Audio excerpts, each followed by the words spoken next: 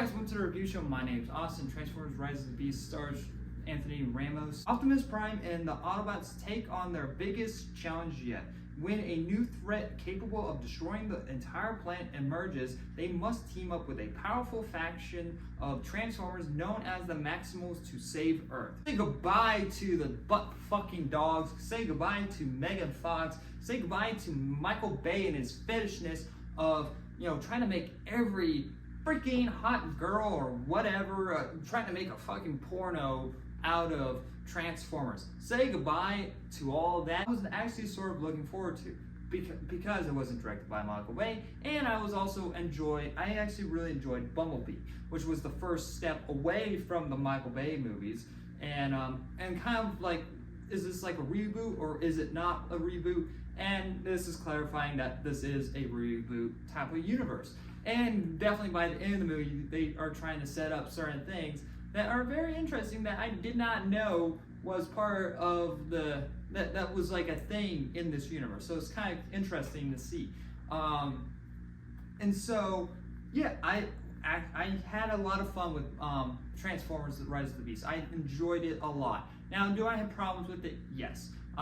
It's more in the third act, but we'll talk about that in a bit. But, this movie knows what people were going in for, and it's like it's these big robots fighting one another. Like, there's nothing to the Transformers movies or animations that much. I mean, maybe there's a lot more in the animations. I didn't really watch the animations growing up.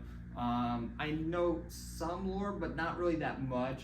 And so I was really looking forward to this, and I was like, okay, cool, new direction, new director, let's see what happens. And the humans aspects are still a part of this, and definitely what they want to do in the next couple ones if this does really well. The new lead is played by Anthony Ramos, who's named Noah in the film.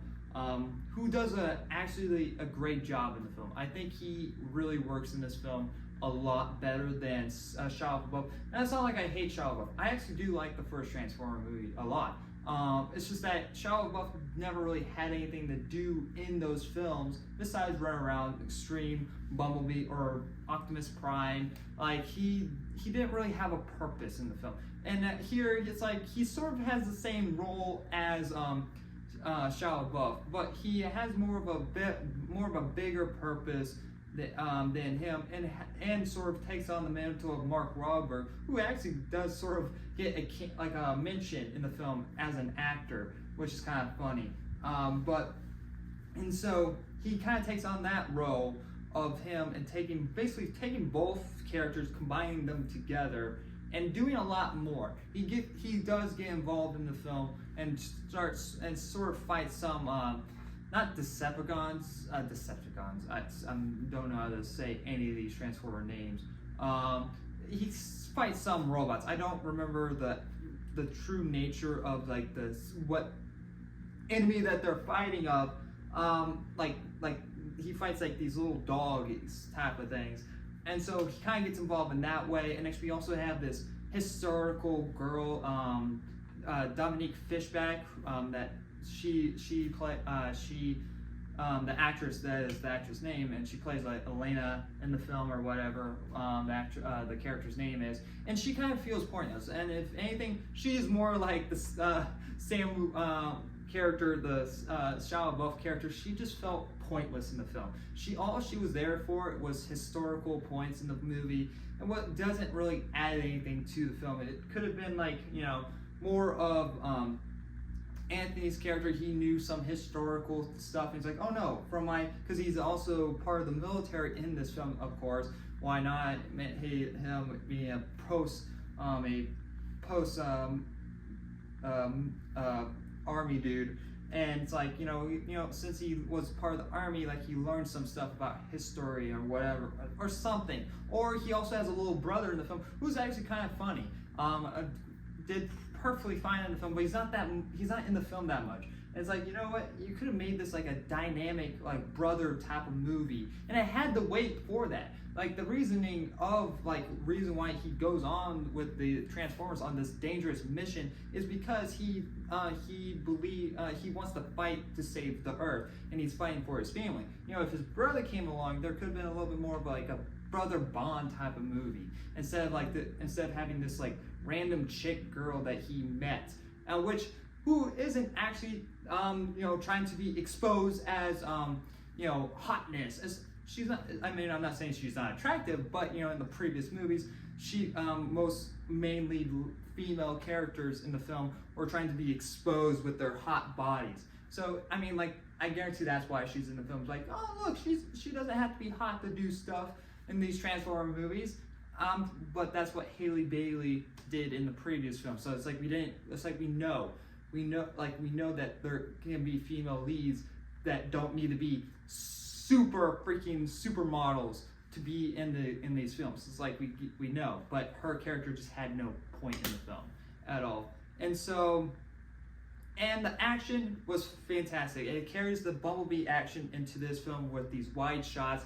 You can see who's fighting who. You can see everything going on around you. The action set pieces were pretty cool. Like there was like a museum set piece where the Transformers fought in and stuff are getting destroyed. And next there's like a ancient area that was kind of cool. And next by the third act, it's kind of just this plain background, which is kind of my biggest complaint about the third act. It's just like you have all these cool set pieces, but then we go into these open fields and it's just nothing but plain. It's just boring. But luckily the action saves it. There's a lot of badass moments. Pete Davidson, who plays one of the Transformers in the film, who I don't really necessarily like that much, he is actually really funny. There's a lot of jokes that really work in this film because of him, and he does really, really well as this Transformer character named Raj, and who is like a Porsche. It's kind of like he brings a lot of comedic relief. And I guarantee if it was someone else reading those lines, it wouldn't have been as funny as he has put it. And so there's a lot to go for this film, but it's mostly that final third act. There's a couple of dialogue scenes that don't really work, mostly because of Dominique, Fishback's character. She has a lot of awkward moments, and next when they finally rally together, it's kind of a little awkward. But mostly, I was really liking this movie. I don't love it as much as Bumblebee, but it's definitely my second favorite Transformers film of the franchise. The Beasts didn't really feel like that this was their film. It felt like they felt more secondary to their own film. That's kind of a disappointment as well that I wanted to mention. I recommend going out if you're a Transformers fan. If you want to see something like action-wise, I guess. If you've already seen Spider-Man, and if you haven't seen Spider-Man, go see Spider-Man. That's a 10 out of 10. So go see that. But if you want to go out and see something, Transformers is a nice watch for itself. And so had a lot of fun with Transformers Rise. I'm gonna give Transformers Rise of the Beasts a B-. Had a lot of fun with it. Glad to see Paramount taking this franchise in a new direction and being somewhat pleasing to fans, and something that will be, that isn't like just god-awful film. Like, Michael Bay knows how to put film well together, but there was more of a story to this film, if anything, and characters did have arc, and especially Optimus Prime, who has a big character arc by the end of the film and has some involvement. Hey guys, thank you very much for watching, and like always, I'll see you guys in the next review. Bye guys.